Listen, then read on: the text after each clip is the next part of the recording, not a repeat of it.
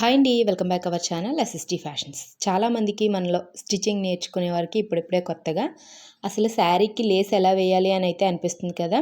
టేప్తో అది కొంతమంది అయితే కొలతలు తీసి వేస్తారండి. అలా ఏం అవసరం లేకుండా చాలా సింపుల్గా లేస్ ఎలా స్టిచ్చింగ్ చేయాలనేది నేనైతే చూపిస్తున్నాను. ఇదైతే ఫస్ట్ మనం పళ్ళు పార్ట్ అనేది తీసుకోవాలన్నమాట.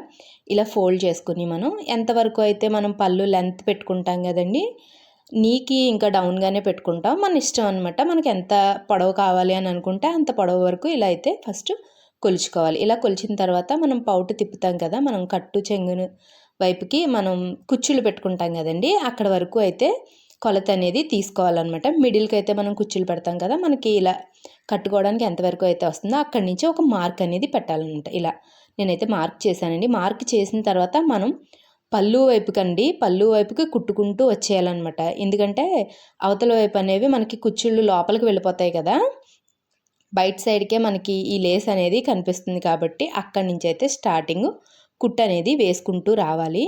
అదే మనకి ఇదైతే కట్ వర్క్ కాబట్టి నేనైతే మీకు క్లియర్గా కనిపించేలాగా మళ్ళీ ఇటు సైడ్కి ఒకసారి పెట్టి చూపిస్తానండి.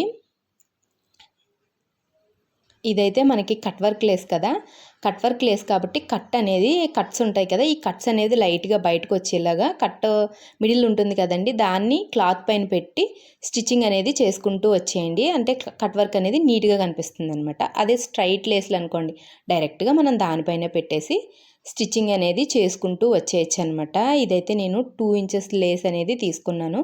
దీన్ని కూడా నేను మీషోలో అయితే బుక్ చేశాను అనమాట. నేను లాస్ట్ షార్ట్స్లో అనుకుంటా పెట్టాను. గ్రీన్ కలర్ లేస్ ఒకటి తీసుకున్నానండి. రెండు కూడా నాకు చాలా వర్తబుల్ అనిపించాయి. ఇలా స్ట్రైట్గా స్టిచ్చింగ్ చేసుకుంటూ వచ్చేయాలన్నమాట. ఇలా చివరికి మనకి పళ్ళు అంచుకైతే వస్తుంది కదా, అప్పుడు క్లాత్ మనం లోపలికి ఫోల్డ్ చేసి మీకు స్టిచ్చింగ్ చేస్తూ ఉంటే అర్థమవుతుంది అనమాట. లోపలికి ఫోల్డ్ చేసి ఆపోజిట్ వేలో పెట్టినా పర్వాలేదు, మన వైపుకి మడత అనేది పెట్టుకున్నా పర్వాలేదు, నీట్గా రావడం కోసం చూసుకోవాలి.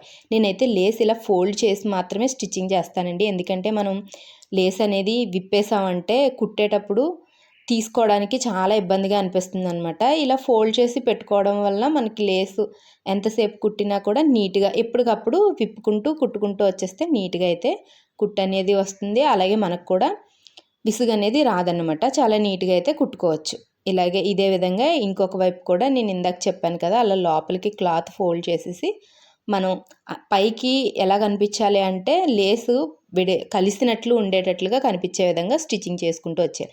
మొత్తంగా అయితే నేను కింద వరకు లేస్ అనేది స్టిచ్చింగ్ చేస్తానండి. కింద మీకు బాగా రౌండ్ కావాలంటే రౌండ్ పెట్టుకోండి, లేదనుకుంటే ఎంతవరకు కావాలంటే అంతవరకు పెట్టుకోండి.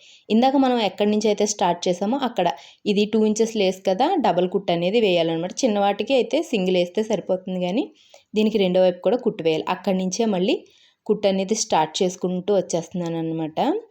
ఇది పైనుంచేనండి, ఎక్కడి నుంచి అయితే స్టార్ట్ చేసామో మళ్ళీ అక్కడి నుంచే ఇంకొక కుట్టు డబల్ కుట్టు వేయాలి కదా, అది కూడా వేస్తూ వచ్చేస్తున్నాను. ఇలా శారీ మొత్తం వేసేస్తే కంప్లీట్